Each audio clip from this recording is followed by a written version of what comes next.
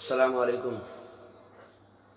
حضرت موسیٰ علیہ السلام کے دور میں بارش رک گئی، جس کی وجہ سے بہت سارے لوگ جا کر حضرت موسیٰ علیہ السلام سے گزارش کرنے لگے کہ آپ اللہ کے نبی ہیں، آپ دعا کیجئے، اللہ کی رحمت کا نزول ہو جائے۔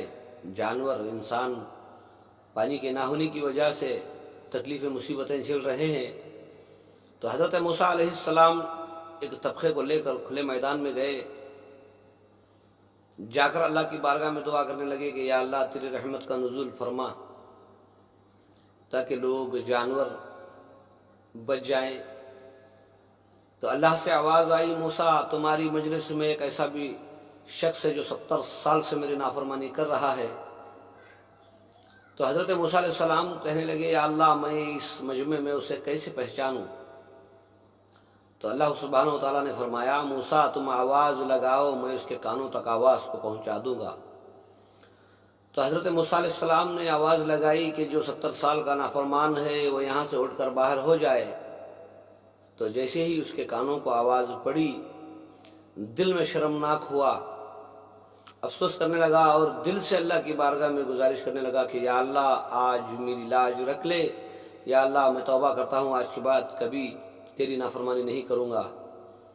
تو اللہ کے فضل و کرم سے رحمت اللہ کی برس پڑی، بارش کا نزول ہو گیا۔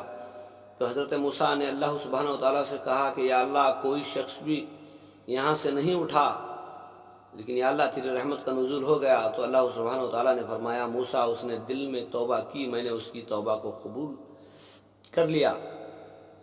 تو حضرت موسیٰ علیہ السلام پوچھنے لگے یا اللہ وہ شخص کون تھا؟ میں تیرا نبی ہوں، مجھے بتا دے۔ تو اللہ سبحانہ و تعالیٰ نے فرمایا موسیٰ جب وہ نافرمان تھا تبھی پردے میں تھا، اب تو وہ توبہ کر کے پاک ہو چکا ہے، میں تیری نظر میں بھی اسے ذلیل کرنا نہیں چاہتا۔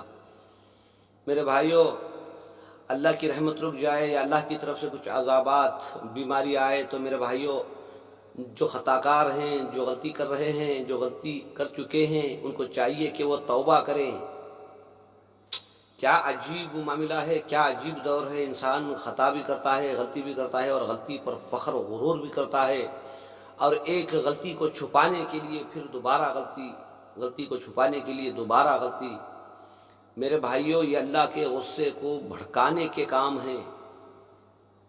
غلطی ہو گئی ہے، خطا ہو گئی ہے، بھول ہو گئی ہے تو معافی مانگ لیجئے، اللہ کی بارگاہ میں رجوع ہوئیے، توبہ کیجئے۔ اللہ تعالیٰ بڑے بڑے خطاکاروں کو، گناہ گاروں کو معاف کرتا ہے۔ 1 روپیہ بغیر پینالٹی کے اللہ تعالیٰ نے حضرت موسیٰ علیہ السلام کی قوم کے 70 سال کو، نافرمان کو معاف کر دیا۔ کیا عجیب معاملہ ہے، جو مالدار ہے، جو طاقتور ہے، وہ جتنا چاہے ظلم کرے، جتنا چاہے جھوٹ بولے، غریب خطا کرے تو اس کی خطا کو پکڑ کر ذلیل کیا جائے، لوگوں میں اس کی چرچا ہو۔ کسی نے سچ ہی کہا ہے، وہ قتل بھی کرتے ہیں تو چرچا نہیں ہوتا، ہم آہا بھی کہتے ہیں تو ہو جاتے ہیں بدنام۔ کیا ہے میرے بھائیوں، تھوڑے دن کی زندگی ہے، اسے ذرا سوچ سمجھ کر گزارو۔ بہت بڑا احسان ہے مالک کا کہ اس نے سامنے موت رکھی، اگر مرنا نہ ہوتا تو چھوٹے طبقے کے لوگوں کا جینا مشکل ہو جاتا۔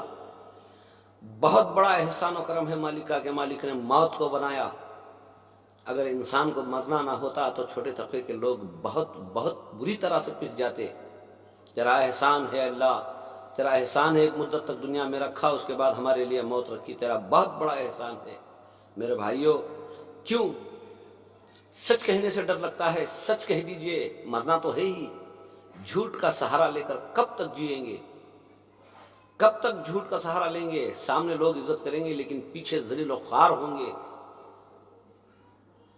اللہ سے دعا ہے اللہ تعالیٰ ہم تمام کو بھی بقیہ زندگی جو ہے اس میں موت تک سچائی کا ساتھ دینے کی توفیق عطا فرما، اور جو سچے لوگ ہیں، سچائی کی کوششیں کر رہے ہیں، لوگوں کے لیے آسانی کی جو کوششیں کر رہے ہیں، اے اللہ تو ان کو قبول فرما، ان کو ہمت عطا فرما، ان کی مدد فرما، اللہ غیب سے ان کی مدد فرما۔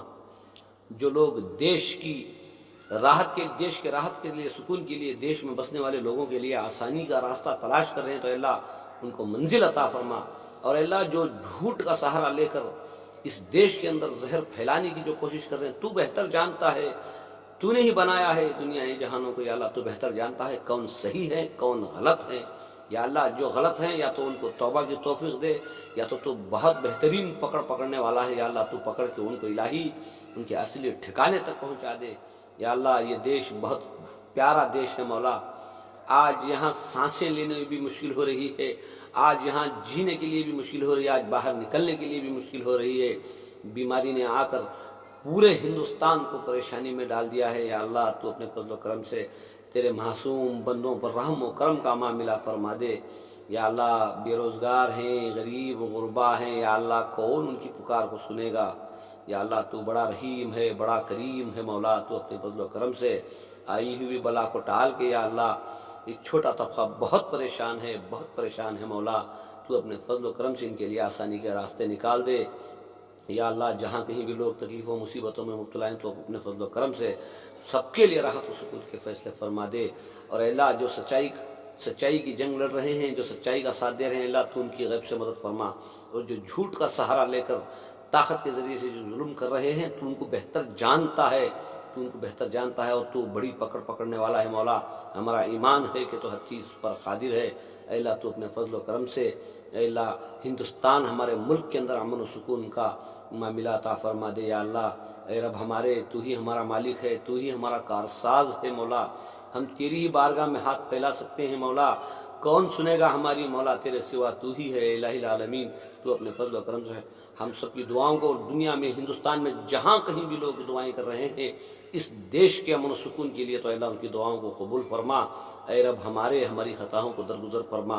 اے اللہ تو رحم و کرم سے، اللہ تو فضل و کرم سے اللہ ہمیں امن و سکون کی زندگی نصیب فرما۔